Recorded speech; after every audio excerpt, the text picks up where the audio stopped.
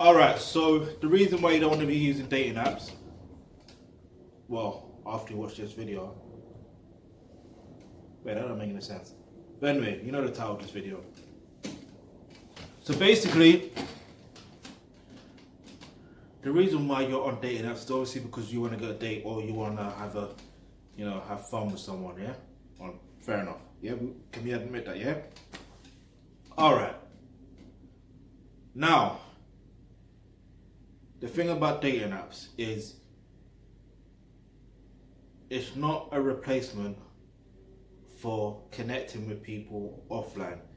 I strongly recommend that the best app, and this will always be the best app ever, is basically going to events or places or whatever that are in connection with what you like to do, what you're passionate about, because you're going to meet someone that with the same level of, or even more, even just a tiny bit less of passion about what you're both passionate about, right? That's why you're there. That's exactly what's going to happen. Now, here's the other problem. Now, you may be low on confidence and you're probably thinking, well, that's where you go on dating apps. Now, you probably think, oh, the other side of it is you probably got social anxiety. That's another thing. You probably got, you probably feel like you don't have time to go to these places. So that's why you're going on these dating apps. But the problem, and now this is not to knock dating apps, right? The problem is you get too many people that can easily, in fact, I want to say too many people because then that's the wrong exaggeration of the of statistics. But you will get people that will catfish you. You will get people that will try and play mind games with you, but that's people in general anyway. But you will get people that will, at the end of the day, their name on their profile may not be their name. You may not. Like, let me tell you something. You may not. Like, let me give you an example, yeah? Because this is something you've got to clearly understand, and this is why I'm grateful I went through this experience, even though it was jarring during the time, which was quite recently anyway. Alright, so basically, I don't want to make this video long, so I'm going to try and make this very short. So basically, I met this woman on this dating app, right? And because I was busy, as I am, I think, if I remember correctly, I called her probably a week or 2 weeks later. Something like that. Yeah. And she wanted me to come to her place on that day. I called her. And I said no because obviously I'm busy, yeah. But I could come the next day because not that I didn't have anything going, but it's just, depending on the time, I could possibly go because at the end of the day, that day I really wanted to have a day to just relax because, trust me, you need time to relax sometimes, like detox from people and detox from, your lifestyle and stuff like that. Sometimes you really need a detox. Like you need to relax. Anyway, back to the story. So what happened was, I said send me your address and I'll come, right? And I video chat her, right? Now,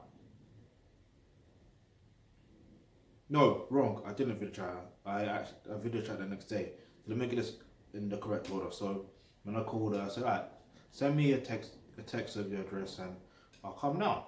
I'll arrange a proper time and stuff like that because there is other things I need to do within a day. and all that stuff there and do things after. Alright, so when I come with the phone, I'm there thinking she would send me the address. She didn't. So I'm like, alright, cool. Woke up the next day and she still never sent it. So I'm thinking, maybe she's not interested. And I didn't care. Because like I said, my main thing was to relax anyway, right? But then my instinct kicked in and be like, nah, call her, like video call her and see what's up. Because again, some people get busy and they could tend to forget. So you have to give people the benefit of the doubt sometimes. So when I video called her, and I was told her, what's up, like, do you still want me to come down? She's like, yeah.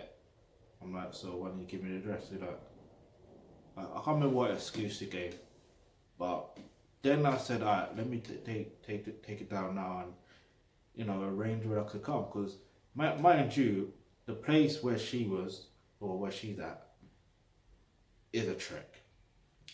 But I'm like, you know what? I could do with going out. Do you know what I mean? Like, you ain't got to always come. Like, you women don't always have to come to my place or come to my area. That was my thinking. And boy, how I was wrong. I'm never having that mindset again. And I'll tell you why. Right? So basically, I feel like I'm dragging this story, but oh well. Look, so I called. Yeah, so it took kind of probably 2-3 minutes to drag out the address from her. Now, I wasn't begging for the address. I was just, you know them ones when some of you women love to try and play mind games. And I'm like, look, if you really want me to come, give me the full address and I'll come. Like, she would give me the postcode. I'm like, look, how can I come if you just give me the postcode? Like, I know what area that is in, but I need a full address. I need to put that into Google Maps at least and do my thing. So I know exactly, you know, set like, you know, like some Burner Boy and Dave Flex, send me the location and I'll be right there. Can't even sing one still. But yeah, send me the location. So yeah, I messaged. So yeah, I finally got it out of her because I was showing face that you're taking the piss. Like, I wasn't saying that you're taking the piss, but my facial expressions was like, you're taking the piss, and at the end of the day, you're not the only woman I'm talking to. You understand? I had to, because it is what it is, yeah? And so yes, finally got the address out of her, and yeah, so to cut long story short, made way at a particular time, and yeah, what was crazy was I got there now, and what happened? Yeah, I got there, and the door was open. I was like, huh? Something's weird going on. I don't know. Something's up. And then I called her and I asked her where she was, and she said she'll be there in 20 minutes. I'm like, 20 minutes? Are you crazy? I don't know if I said if she was crazy. I can't remember. But then one woman or whatever, like, she popped out. Like, yeah, she came out and she saw me and she was asking whatever. And I told her, oh, it's this person here.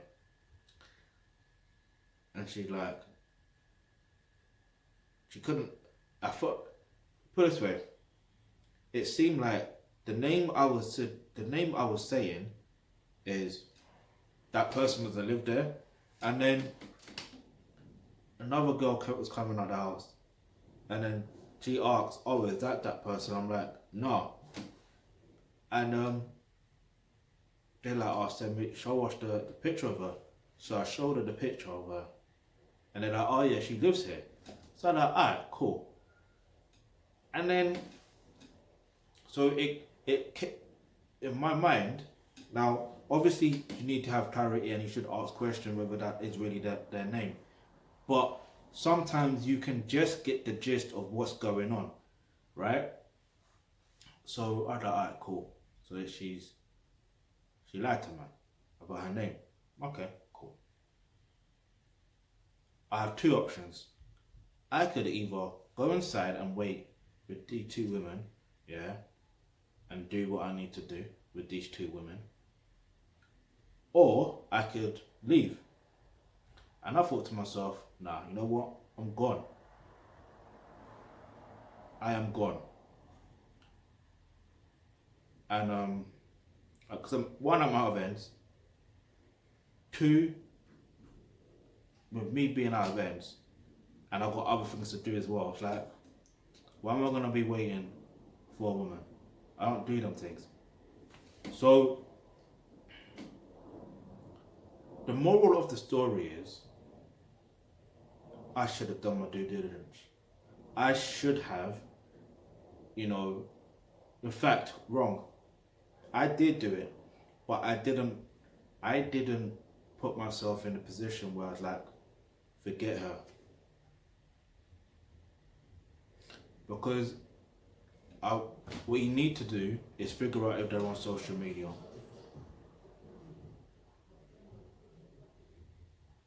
Oh, rather play some I Spy. And that's exactly what you have to do. You have to spy, blood.